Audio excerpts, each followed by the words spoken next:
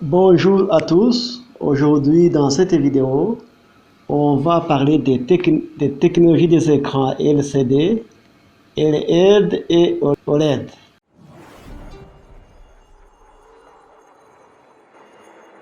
Au cours du temps, le simple écran d'ordinateur ou de télévision est passé de l'écran à tube cathodique à l'écran à cristaux liquides, en passant par l'écran à diode électroluminescente pour finir sur l'écran à diode électroluminescente organique. Les dispositifs d'affichage avec le téléphone ont aussi évolué. L'objectif de cette vidéo est d'explorer les différentes technologies qui se cachent derrière les écrans LCD, LED et OLED afin que nous puissions en faire la maintenance en cas de besoin.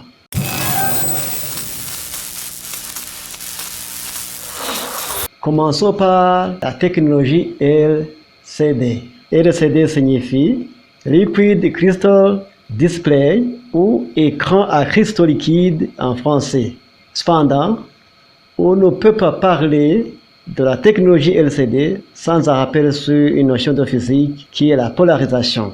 La polarisation de la lumière est une propriété qu'ont les ondes vectorielles de présenter une répartition privilégiée de l'orientation des vibrations qui les composent. Le dispositif de polarisation est fait de deux polariseurs. On a deux polariseurs, un polariseur fixe et un polariseur mobile. On sait qu'une lumière existe sous forme d'onde et une onde qui n'est pas polarisée va dans tous les sens. Vous voyez ici, l'onde va dans tous les sens, n'est pas encore polarisée. On filtre une onde par la polarisation pour le cas d'espèce, par un polariseur vertical. Cette onde prendra la forme qui est en B. Là, on a filtré l'onde avec ce polariseur fixe, ce polariseur vertical, et vous voyez le résultat est en B.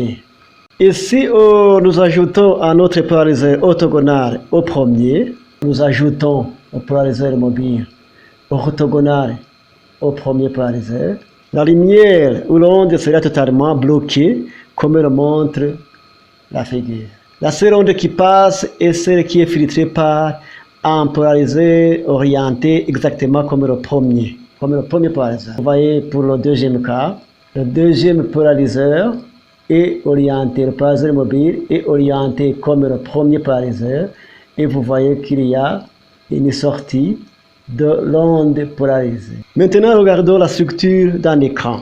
Si on subdivise un écran en minuscules carrés, ces carrés sont individuellement appelés pixels. Si on subdivise l'écran en plusieurs petits carrés, le plus petit carré est appelé pixel. Ces pixels combinés par milliers ou même par millions créent des images sur moniteur ou téléviseur. Et chaque pixel est constitué de sous-pixels appelés filtres. Et chaque filtre peut avoir des couleurs avec une option rouge, verte ou bleue lorsqu'une lumière traverse le pixel. Vous voyez ça, c'est un pixel, le petit carré qui est un pixel. Alors, comment avoir ces différentes couleurs? Ça, c'est le rôle des cristaux liquides. Mais regardons d'abord le comportement des cristaux liquides face au courant électrique. Si on applique une tension aux cristaux liquides, on peut contrôler l'orientation ou le sens de polarisation de chacun de ces cristaux liquides. Vous voyez ici sur la figure, lorsqu'il n'y a pas de tension, les molécules se diffusent ou les molécules diffusent la lumière dans toutes les directions. Mais si on amène la tension électrique ou le courant électrique, ce courant électrique va aligner les cristaux. Le vitrage est transparent. Alors tournons alors sur notre question, comment avoir ces différentes couleurs dans un même pixel. Autrement dit, comment désactiver les filtres rouges, bleus ou verts individuellement. Je vous ai dit que ça, c'est le rôle des cristaux liquides. Le dispositif est le suivant. On prend un pixel avec ces trois filtres, filtre rouge, vert et bleu. On y ajoute deux couches de cristaux liquides. Ça, c'est deux couches. Il y a une tension électrique et une source de lumière. En repensant au concept de polarisation, si j'oriente mes cristaux liquides horizontalement sur la couche supérieure et verticalement sur la couche inférieure, eh bien, Cela va bloquer la lumière qui passe à travers ces 3 filtres. En d'autres termes, en appliquant une tension électrique au cristaux liquide, je peux contrôler l'orientation de polarisation de chacun de ces cristaux. Donc, je peux contrôler individuellement si la lumière passe à travers chacun de ces 3 filtres. Si je veux que le pixel soit rouge, j'activerai la lumière à travers le filtre rouge et j'éteindrai la lumière pour les autres filtres. Si je veux que le pixel soit noir, je supprimerai tous les 3 filtres. Et si je veux que le pixel soit blanc, j'activerai tous les 3 filtres simultanément. Cela activerait la lumière blanche. Parlons de l'éclairage LCD. Le rétroéclairage nous permet de voir l'écran même dans l'obscurité. Les écrans LCD ont besoin de leur propre lumière car nous n'allons pas compter sur la lumière du soleil pour utiliser nos ordinateurs ou regarder la télévision. Le rétroéclairage des écrans LCD est fait de lampes fluorescentes à cathode froide ou CCFL, qui signifie Cold Cathode Fluorescent Lights. Ce sont des feux arrière montés en haut et en bas et fonctionnent ensemble pour faire briller le pixel de manière uniforme et distribuée, car nous voulons que chaque pixel ait exactement la même quantité de lumière qui le traverse que tous les autres pixels de l'écran. Ces lampes fluorescentes nécessitent une alimentation secteur, c'est-à-dire un courant alternatif. Un courant alternatif qui ressemble à ça, alors que dans un ordinateur portable circule un courant continu qui est une ligne plate. La question est alors de savoir d'où viendra ce courant alternatif dans les écrans pour l'ordinateur portable. La raison pour laquelle on convertit le courant alternatif en courant continu est que l'électronique nécessite un courant continu. Par exemple, dans un ordinateur portable, on a besoin d'un courant continu. Les circuits imprimés nécessitent un courant continu. On transforme le courant alternatif venant de notre tension murale en utilisant un convertisseur de courant pour avoir un courant continu. Mais ces lampes fluorescentes ont besoin d'un courant alternatif. On transforme encore une fois le courant continu en courant alternatif en utilisant un onduleur. Et cet onduleur est monté à l'intérieur de l'écran. Vous allez demander pourquoi ne pas prendre une partie du courant alternatif pour les lampes fluorescentes et une autre pour convertir en courant continu pour l'électronique. La réponse est que même si les lampes fluorescentes ont besoin d'une alimentation en courant alternatif, ils ne peuvent pas utiliser toute la tension de 220 volts. En convertissant d'abord en courant continu, on peut contrôler la quantité d'électricité fournie à la qualité de circuit imprimé. Et puis, en convertissant de nouveau en courant alternatif, on pourra contrôler exactement le courant fourni au CCFLS. Parlons de la technologie LED. LED qui veut dire Light Emitting Diode ou ampoule à diode électroluminescente.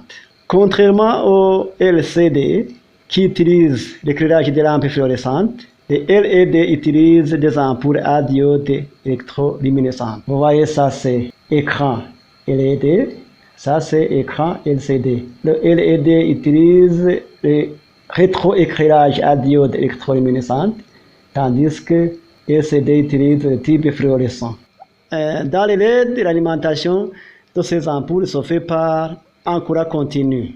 On n'a pas besoin d'onduleur, ce qui fait que les LED ont l'avantage d'être plus minces, de fonctionner à une puissance réduite et de produire moins d'énergie que les LCD. Aussi, les LED sont allumés uniformément derrière tout l'écran, c'est-à-dire en haut, en bas et partout, toute la surface arrière de l'écran. En comparant les LCD et les LED, on voit bien que les LED sont des LCD évolués. C'est-à-dire qu'ils sont les mêmes, mais c'est le type de rétroéclairage qui est différent. Ça, c'est le LCD évolué, communément appelé LED. Ça, c'est le LCD traditionnel. Voilà les avantages de l'écran LED comparé au LCD.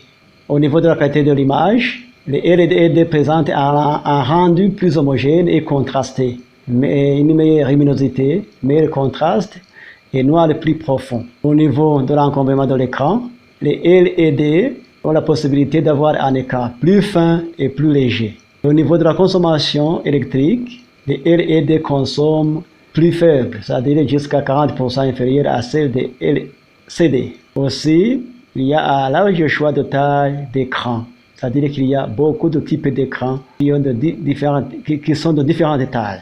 Terminons notre vidéo par la technologie OLED.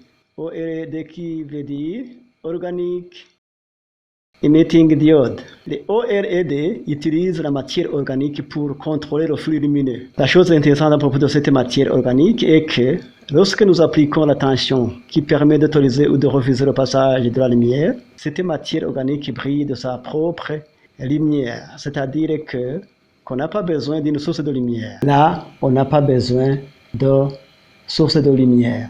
Ici, on utilise la matière organique. Au lieu de cristaux liquides, on utilise ici la matière organique. Voilà les avantages des écrans OLED. Premièrement, le contraste est maximal. Il y a possibilité de livrer un noir absolu. Très bon rendu des couleurs. Les écrans OLED ont un très bon angle de vision, c'est-à-dire moins sensible à l'orientation du spectateur par rapport à l'écran. Il y a aussi une finesse de la dalle. L'épaisseur et le poids des écrans OLED se voient considérablement réduits. La technologie OLED se démarque en proposant de meilleurs angles de vision et un taux d'assombrissement moindre sur un visionnage à plus de 45 degrés. Notons également un temps de réponse inférieur à 0,1 millisecondes avec bien moins de rémanence que sur un écran LCD qui est de 2 millisecondes. En pratique, cette rapidité se traduira par une image très nette. C'est la fin de cette vidéo et merci de l'avoir regardée. Si vous avez été intéressé, je vous invite à vous abonner à ma chaîne, à faire des commentaires constructifs et à liker nos vidéos pour nous encourager. Je vous remercie.